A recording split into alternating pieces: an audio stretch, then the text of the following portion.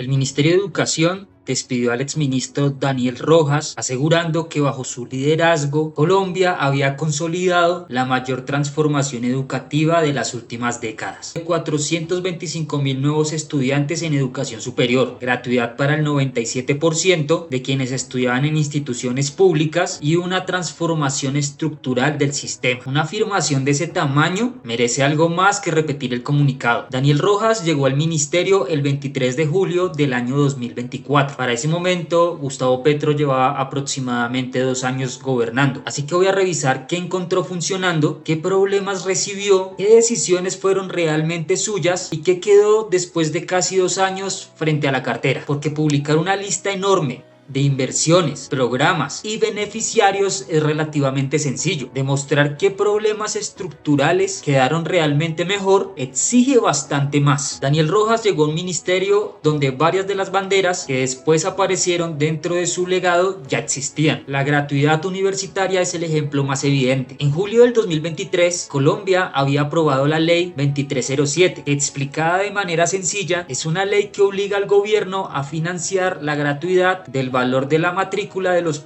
programas de pregrado en las instituciones públicas de educación superior. Eso ocurrió un año antes de que Rojas fuera designado como ministro. Puede responder por lo que hizo con esa política durante su administración, pero no puede presentarse como la persona que la creó. Con la financiación de las universidades públicas ocurrió algo diferente. La Ley 30 de 1992 es una de las normas centrales que organiza la educación superior en Colombia. Sus artículos 86 y 87 definían buena parte de la manera en que el Estado financiaba las universidades públicas. Ese modelo llevaba años siendo cuestionado porque el crecimiento de los recursos no respondía adecuadamente al aumento de estudiantes, profesores, infraestructura, costos de las instituciones, y la intención de modificar esos artículos tampoco apareció con Rojas. Ya habían existido iniciativas legislativas anteriores, incluida una reforma del año 2022 que buscaba modificar precisamente los artículos 86 y 87. Entonces aquí hay que hacer una distinción muy precisa. Rojas no recibió una reforma hecha, recibió un problema conocido, una demanda histórica del sistema universitario y varios intentos anteriores que no habían logrado convertirse en ley. Ahí comienza lo que sí podemos evaluar de su gestión. En septiembre del 2024, pocas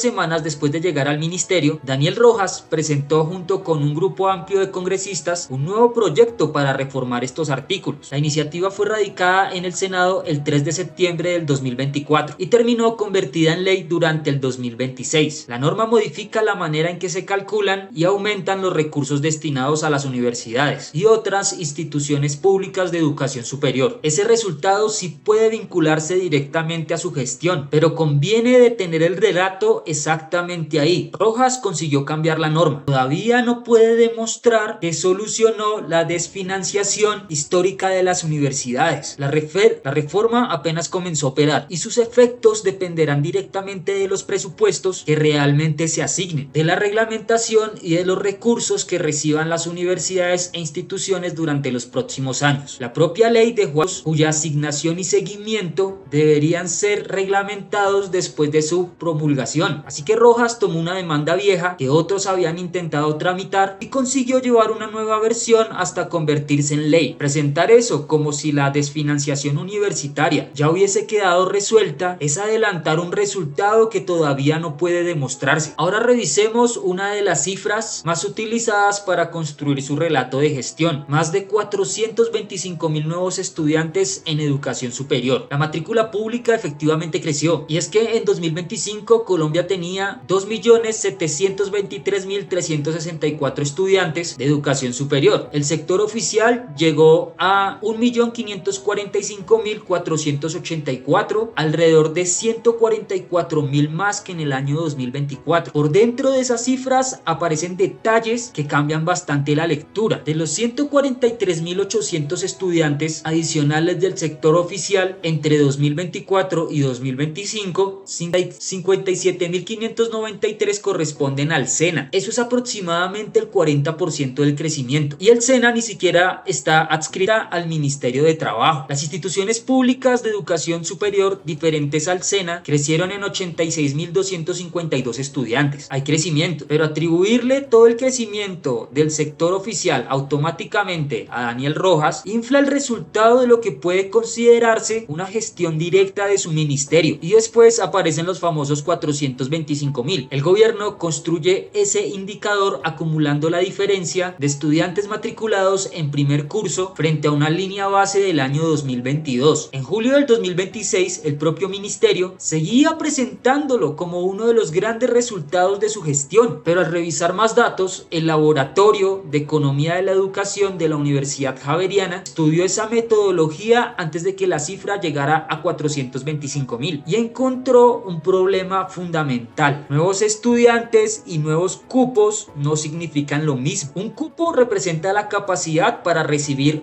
una persona, esa capacidad representada en profesores, en infraestructura, en financiación y en general capacidad institucional. La matrícula en primer curso registra a quien efectivamente ingresó. Confundir esas dos cifras representa una imagen mucho más grande de la expansión estructural del sistema, y la metodología para contabilizar esos nuevos estudiantes también depende muchísimo del año elegido como referencia. El laboratorio de la Javeriana hizo el ejercicio con la cifra que el gobierno manejaba en el año 2024. Tomando el año 2022 como base, el resultado era 190.054 estudiantes acumulados. Utilizando el 2021 como año base, esta cifra incluso bajaba a 65.432, y aplicando una metodología de año corrido, comparando cada periodo con el año inmediatamente anterior, el resultado era de 125.441. Estamos hablando del mismo sistema. Lo que cambia es la manera de contar, y aún así hay otro dato todavía más crítico. Si miramos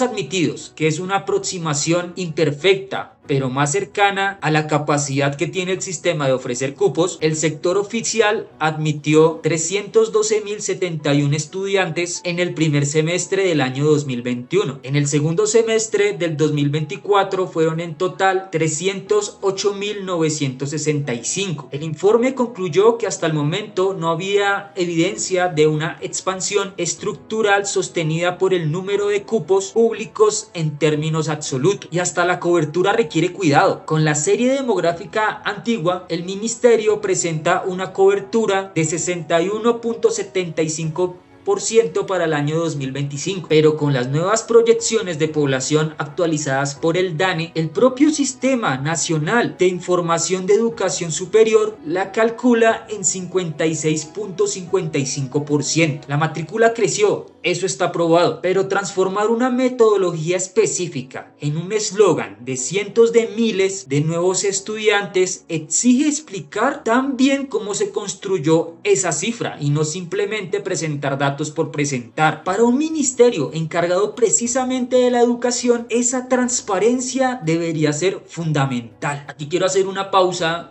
Y es que si te gusta este tipo de video o de contenido donde revisamos los datos, los documentos y tratamos de separar la gestión real del discurso político, suscríbete a este canal. La idea de este espacio es analizar el país con criterio, sin defender gobiernos ni atacar por militancia. Hablamos de revisar qué hicieron, qué resultados dejaron y qué tan cierto es lo que nos están contando. Y si este video te está aportando algo, no olvides dejar tu like. Eso ayuda a que YouTube se lo muestre a más personas interesadas en estos temas. Ahora sí, salgamos de las universidades y miremos qué estaba pasando con el resto del sistema educativo. Y es que antes de llegar a la universidad hay millones de niños y adolescentes intentando terminar el colegio. Ahí es donde el relato de transformación comienza a tener dificultades serias. El mismo Laboratorio de Economía de la Educación de la Universidad Javeriana encontró que Colombia llegó en 2025 a 9.318.417 estudiantes matriculados en educación inicial, básica y media. Es el nivel más bajo registrado desde la década del 2015. El sistema perdió más de 920.000 estudiantes, aproximadamente el 9% de la matrícula. El dato del 2025 utilizado en el estudio es un dato preliminar y proviene del propio ministerio. Ahora bien, esa caída comenzó muchísimo antes de que Daniel Rojas fuera ministro. Cargarle una tendencia de 10 años sería manipular este análisis. Lo que sí debemos mirar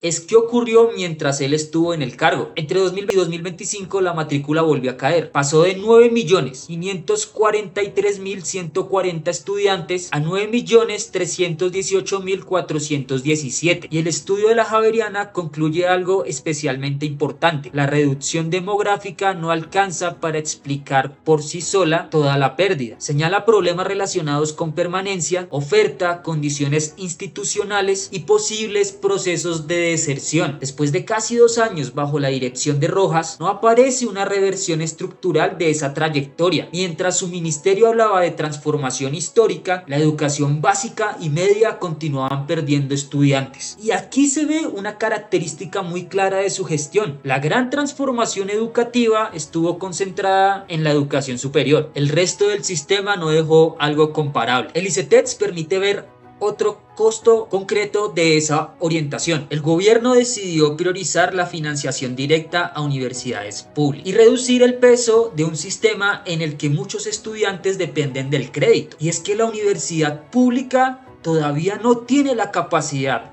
de recibir directamente a todo el que necesita y quiere estudiar. Y durante esa transición pasó algo muy concreto. El informe de rendición de cuentas del propio ICETEX registra que hasta septiembre del 2025, solamente 8.935 personas habían ingresado como nuevos beneficiarios de sus líneas de crédito con recursos propios. El mismo documento reconoce que el ICETEX decidió suspender los créditos de largo plazo porque otorgarlos sin subsidio a la tasa podría generar un sobreendeudamiento. ¿Y por qué no estaba disponible entonces este subsidio? El informe lo dice directamente, porque el gobierno nacional no asignó los recursos, dada la restricción presupuestal del año 2025.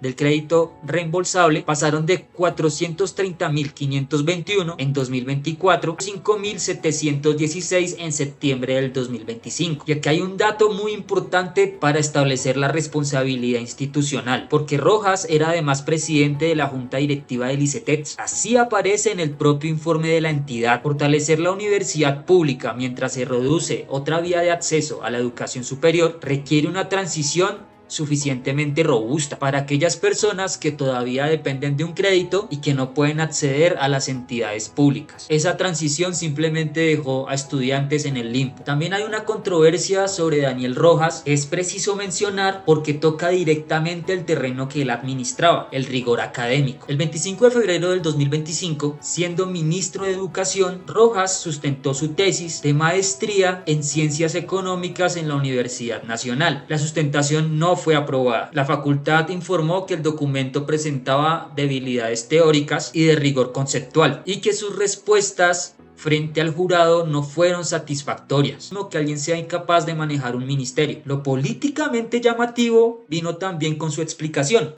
Reconoció públicamente que no había tenido tiempo para preparar la defensa y que sabía que no estaba lo suficientemente preparado para sustentarla. A mí esa explicación me parece realmente cuestionable viniendo de un ministro de Educación. Presentarse a una evaluación académica sabiendo que no está preparado difícilmente transmite el rigor que se espera de quien dirige la política educativa del país. Y meses después abrió otra controversia directamente relacionada con el acceso a la educación superior. Rojas en Colombia avanzar hacia un sistema en que las universidades públicas no necesiten exámenes de admisión porque los considera una barrera, pero al mismo tiempo reconoció que actualmente el sistema no tiene la capacidad suficiente para recibir toda la demanda y hay falta resolver algo básico. Si hay más aspirantes que lugares disponibles, retirar un mecanismo de selección no elimina escasez. La selección simplemente tendrá que hacerse de otra manera. Y después está la infraestructura. El Tarra, en el norte de Santander, muestra perfectamente la diferencia entre inaugurar una obra y lograr que realmente preste el servicio. En diciembre del 2025, Gustavo Petro inauguró allí el llamado Colegio Universidad y Daniel Rojas estaba presente. La presidencia anunció que beneficiaría 391 estudiantes de colegio y a 220 estudiantes de educación superior. La ceremonia se hizo, la obra se presentó como entregada, pero 4 meses después las 11 aulas seguían cerradas. No tenían agua potable, ni alcantarillado, ni conexión eléctrica terminada. La inversión en esas aulas y su interventoría ascendían aproximadamente a 8.380 millones de pesos, y la cronología resulta especialmente difícil de justificar. En mayo del 2025, la empresa de servicios públicos informó que el acueducto municipal no cubría ese sector. Aún así, la construcción continuó. El contrato para hacer la línea de acueducto se firmó el 9 de diciembre del 2025. Eso fue 6 días después de la inauguración presidencial. Aquí existen responsabilidades compartidas entre el municipio, la empresa de servicios públicos, el contratista y el Fondo de Financiación de Infraestructura Educativa. Y todo esto ocurrió bajo el sector que dirigía Daniel Rojas, y el fondo que financió la obra pertenece al ámbito del ministerio y sirve para mostrar una falla muy concreta en la gestión. Una infraestructura puede aparecer dentro de un balance final como gestión y seguir siendo completamente inútil para los estudiantes. Y es que en la gestión pública cortar una cinta no significa que la obra o el colegio ya estén funcionando. Finalmente está la salud de los maestros.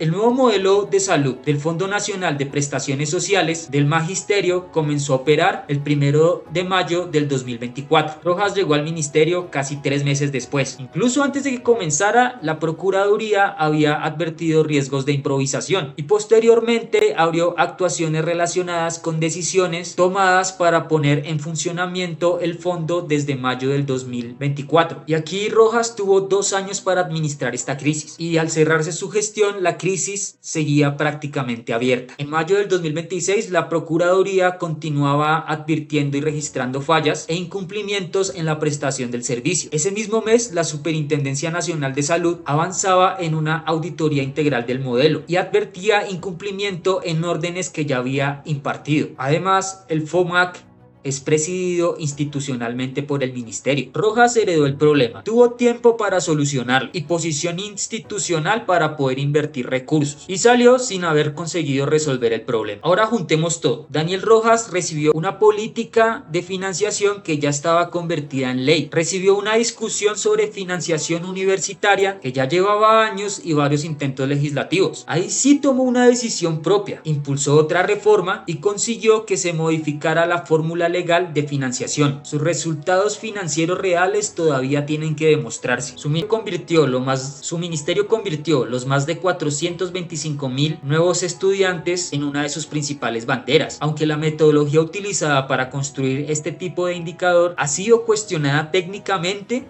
y no equivale a cientos de miles de nuevos cupos estructurales. Una parte importante del crecimiento del sector corresponde al SENA, que depende del Ministerio de Trabajo. Mientras tanto, la educación básica y media continuaron perdiendo estudiantes y niños y adolescentes matriculados. El ICETEX suspendió créditos a largo plazo porque no recibió los recursos para poder sostener la tasa a nuevos beneficiarios. La crisis de salud de los maestros seguía bajo auditoría e incumplimiento, y una infraestructura inaugurada en el Tarra en Santander permaneció meses cerrada porque ni siquiera tenía resueltos los servicios públicos esenciales para su funcionamiento. Incluso en su propio terreno académico, el ministro terminó explicando que se presentó a defender una tesis para la cual no estaba preparado. Con todo esto sobre la mesa, cuesta muchísimo sostener el relato de la mayor transformación educativa de las últimas décadas. Lo que realmente aparece es algo bastante limitado: una gestión fuertemente concentrada en la educación superior pública, una reforma financiera cuyos resultados aún están por probarse, y un discurso de salida que amplía ese desempeño hasta presentarlo como transformación de todo el sistema. Los colegios, el ICETEX, el magisterio y algunos casos de ejecución demuestran una realidad mucho menos cómoda. Eso es todo por el video de hoy. Quiero darte las gracias si llegaste hasta acá por verlo. No olvides compartirlo, dejar tu like, suscribirlo. Eso ayuda bastante al crecimiento de este canal y de esta comunidad en el que seguimos simplemente analizando este tipo de coyunturas. Gracias por